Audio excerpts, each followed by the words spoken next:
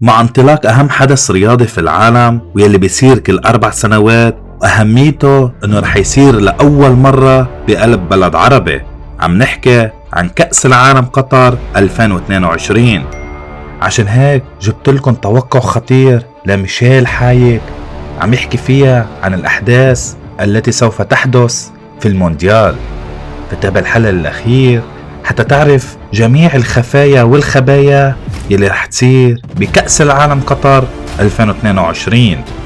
وإذا مهتم بسلسلة التوقعات والتنبؤات رح أترك لكم روابط الحلقات بصندوق الوصف لجميع المنجمين، وخاصة تنبؤات مسلسل سيمسون عن كأس العالم المؤلفة من 4 أجزاء.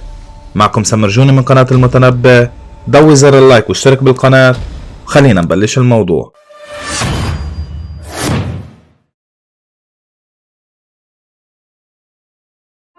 يقام كأس العالم فيفا كل 4 سنوات، يشارك فيه 32 منتخب يتنافسون فيما بينهم على اللقب الأهم في العالم. تتأهل المنتخبات إلى البطولة عبر التصفيات القارية، والبطولة تمثل فرصة رائعة للجماهير. وستقام المباراة النهائية في 15 ديسمبر من العام 2022. بالإضافة إلى ذلك سوف تكون البطولة الأخيرة الذي يشارك فيها 32 منتخبا. حيث أطل ميشيل حايك بحلقة تلفزيونية وقال عدة توقعات، منها أمور سوف تحدث بمونديال قطر، حيث وصف أن يوم من أيام المونديال سوف يكون حزين، بالإضافة أنه توقع بالفائز بمونديال قطر. وخلينا نروح للتوقعات بالصوت والصورة. أمن قطري كثيف بحرم أحد المساجد القطرية. إطفاء نور ووهج نجم رياضي عالمي على الملاعب القطرية. رمز هندسي ذو صلة بالمونديال القطري رح ياخد شهرة عالمية. بيموت الحماس بيوم واحد من أيام بالمونديال القطري.